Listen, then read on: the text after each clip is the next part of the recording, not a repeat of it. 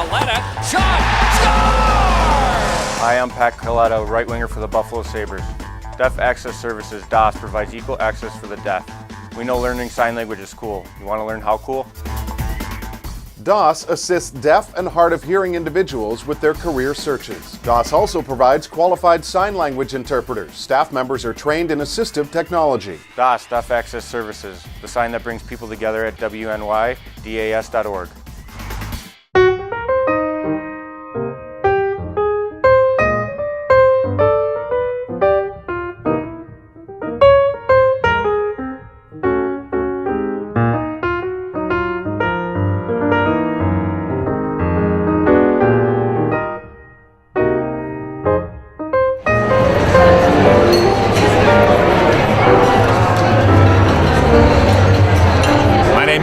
And I'm here because it's a free meal. Actually, no, I'm kidding. I'm here because one of the people that I work with, Kendra Eaglin, her parents are deaf, and she's very involved in the deaf community here in Western New York now, and she asked me if I would do this, and I said, sure, it's the least I could do. So, very happy to be here.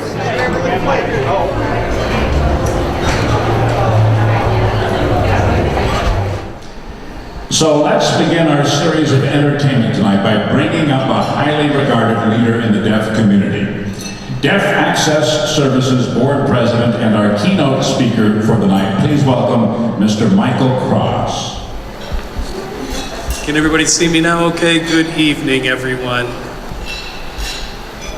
Well, am I too tall for this, or is this okay? So, again, thank you very much, Keith, for that kind introduction. I'm here for the keynote address tonight, and I just want to introduce myself again. I'm Miichael Cross. I'm the president of D.A.S's Board of Directors. And I really appreciate the opportunity to be here. I've been involved on the board now for 4 years. And I'm also a member of the Buffalo Civic Association for the Deaf, which is BCAD. And that's an organization that protects the rights of deaf and hard of hearing people. It's a form of advocacy for deaf and hard of hearing people to make sure that their needs are fulfilled. It's a volunteer organization. I'm also a member of the Buffalo Club for the Deaf, whose goal is basically social. There are people that live in all different parts of the community. The club serves as a gathering place for people to come and interact with each other. So that's something I really appreciate and enjoy doing. I just wanted to give a quick background about who I am and what's brought me to this point, and the impact that different impacts in my life that have led me to where I am. I was born here in Buffalo, and I'm proud to be a Buffalonian. I was born hearing. My parents are both hearing. My sister is also a hearing woman. At the age of 15 months, I had gotten sick, and my mom was, trying her best to figure out exactly what was going on, but my fever just got worse and worse for several days. She became very concerned and decided to take me to the hospital. And the doctors found that I had some issues that were going to cause me to stay there for several weeks. And during that time, the doctor found out that I had had spinal meningitis. Now, some of you may be aware of that, some of you may not be. Spinal meningitis is one of the many causes of deafness. And it not only causes people to become deaf, but it could also cause vision problems. It could also lead to death. But after a few weeks, I did start to heal. And my mom, again, being very concerned, was not exactly sure if there was a problem or not, but they did take me home, and my mom had to go to work. My dad was staying home. My dad was in the kitchen doing something, one thing or another, and he happened to drop a pot on the floor, and it made a big loud crash. And my dad saw that I didn't react at all. My dad was kind of wondering about that. He ended up calling me, and again, no reaction. So he told my mom when she got home that I think that Miichael has a hearing problem. So we went to my primary care doctor, and they gave a basic test and found out that it was possible that I had a hearing loss, and they suggested that I go see a specialo in Buffalo, an audiologist, to be able to give me some more in-depth testing. And sure enough, they found out that I was in fact deaf. At first, my parents were very upset, but you know, my mom had had some experience because when she was younger, as a teenager, she had a friend who was deaf, and she had learned a little bit of sign language. So she knew some of the basics and was familiar somewhat with deaf people. So my parents decided to send me to the Buffalo School for the Deaf, and as I was growing up, you know, I was able to have a lot of opportunities, not only studies, but also extracurricular activities. And my parents stayed very involved with me.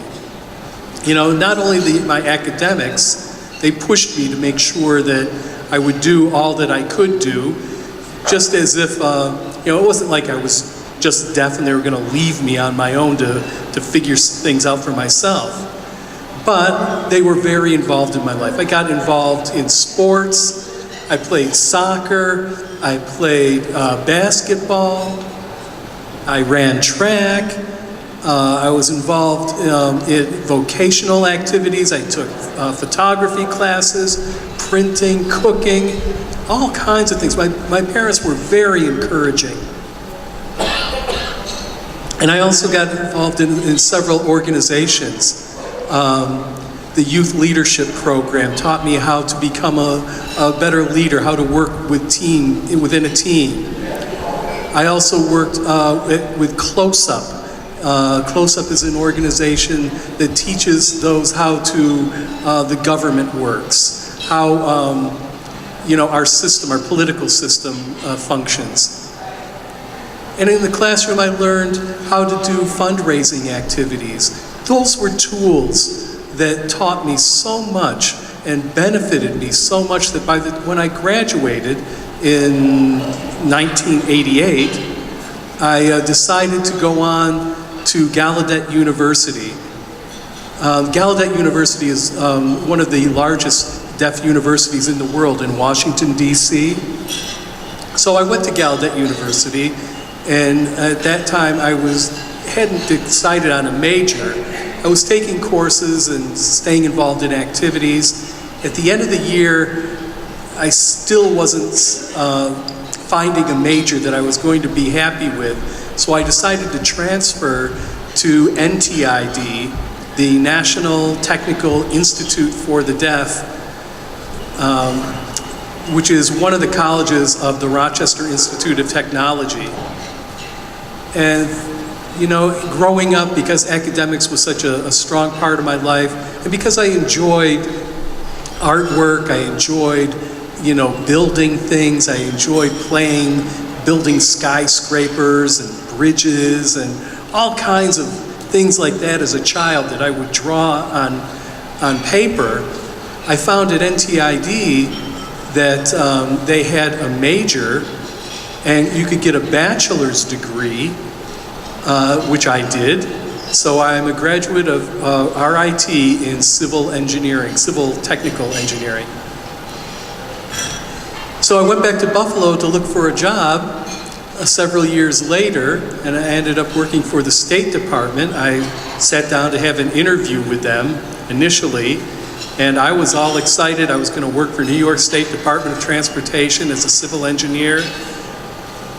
And my job would be to design bridges and structural aspects of bridges, and also to make arrangements with contractors and lots of different challenges, working with hearing people.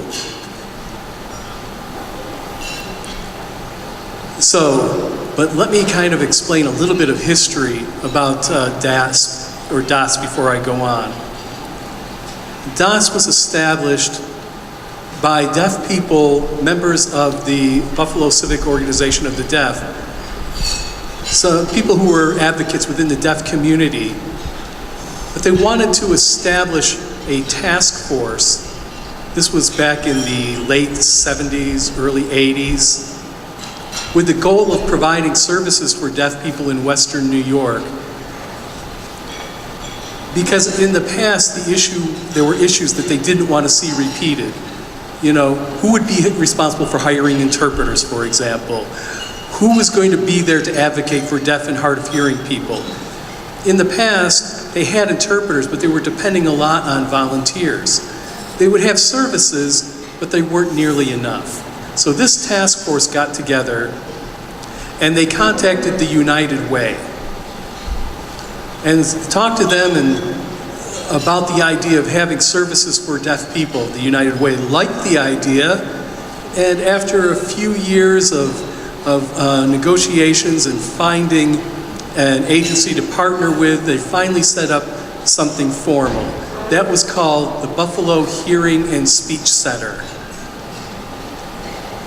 Buffalo Hearing and Speech Center, who was willing at that time to take on these programs for serving people who were deaf and hard of hearing. And after 10 years or thereabouts, the program was rapidly developing, and a group of people got together, some of the advisory council got together and felt it might be time to become independent. So they approached United Way and said, we would like to be independent. United Way was very supportive of the idea, and they established what was to become D.A.S. in 1993. The program has since been growing by leaps and bounds, and it's something that is truly, truly inspiring. Because I'd been out of Buffalo for a long time. I was, really behind in what had been going on in the town. But I was happy to meet my friend there, and I went into the office, and I saw a lot of interesting things going on. And my friend was introducing me to the staff people and telling me what was going on. One woman came up to me and said, and she actually became my future wife, Carolyn. Hi, Carolyn. But I learned a lot about the organization from her. And so I started attending different events, picnics and banquets, different social events. And I got really involved, and I started to volunteer, providing beverage services during, fundraisers. And I really, really enjoyed myself. And I remember, I'll never forget this, the woman who was really involved with D.A.S. as a volunteer. Her name was Susan Doherty. She looked at me and said, you know what, I think maybe you could teach ASL. You're a good signer. And I was like, oh, no, I don't want to be a teacher. I've never taught before in my life. But a month later, she came up again and said, I think you could do this. And I was, no. And it took almost a year. And I finally said, okay, I'll go ahead and teach. So I started teaching my first class, and boy, was I nervous. But I ended up just loving it, teaching sign language to these hearing students. It was amazing. So I did that for a few years. And then D.A.S. said, would you like to be involved on the Deaf Council? And I thought, okay, sure, I could be involved with that. And I learned a lot about different issues that were going on in the community. And I was able to provide feedback and advice and ideas. Then in 2010, they asked me to be on the board. I was absolutely thrilled. So I became a board member, and just this last fall, they selected me as the president of the board. So,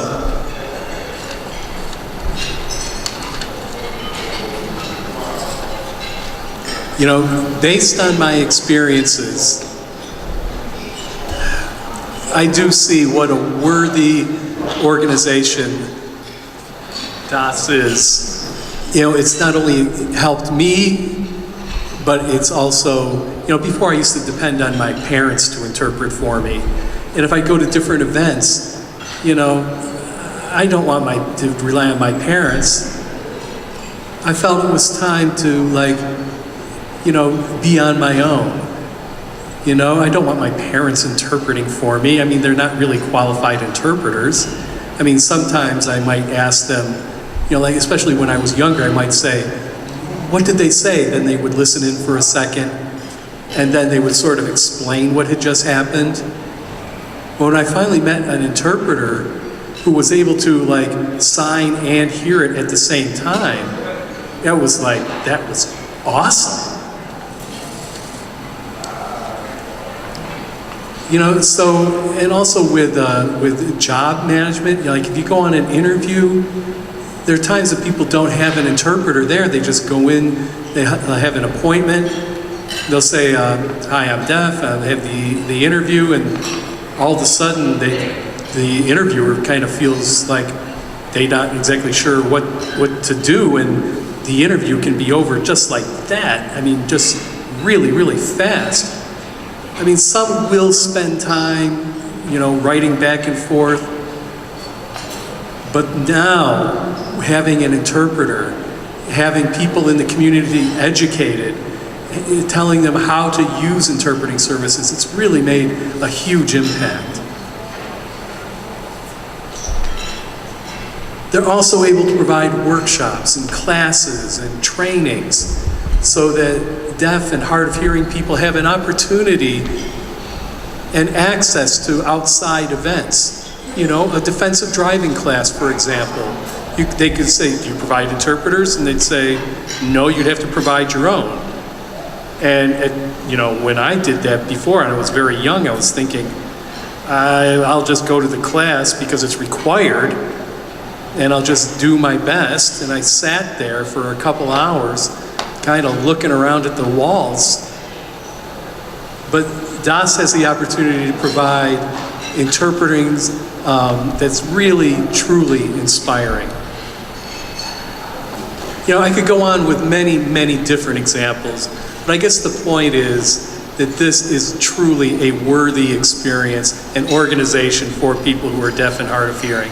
The innumerable services that are provided, the impact it has on people's lives, to be able to see how happy and without the service, where would they be at? I mean, so many deaf and hard of hearing people in the community are in the dark. And so many hearing people don't know anything at all about deaf culture. You know, they don't know about how successful deaf people are or how to help them succeed. You know, with this, we're able to work together. Deaf people have equal access. And so I'd like to thank Sharon in particular for all of her hard work and her inspiration in making D.A.S. what it is. And I'd also like to thank all of the staff. I can't take the time to mention all of them tonight, but you know, they do such incredible work, you know, providing services that are just incredible for our community. And so thank you very much for listening to my words this evening. Thank you.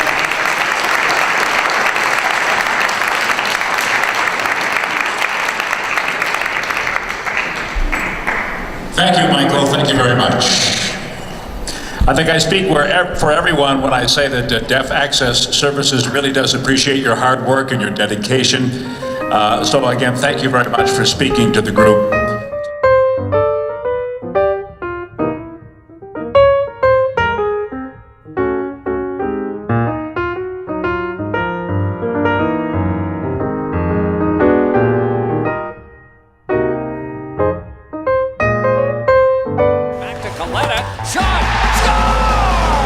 Hi, I'm Miichael, right winger for the Buffalo Sabres. Deaf Access Services, D.A.S. provides equal access for the deaf. We know learning sign language is cool. You want to learn how cool? D.A.S. assists deaf and hard of hearing individuals with their career searches. D.A.S. also provides qualified sign language interpreters. Staff members are trained in assistive technology. D.A.S. Deaf Access Services, the sign that brings people together at WNYDAS.org.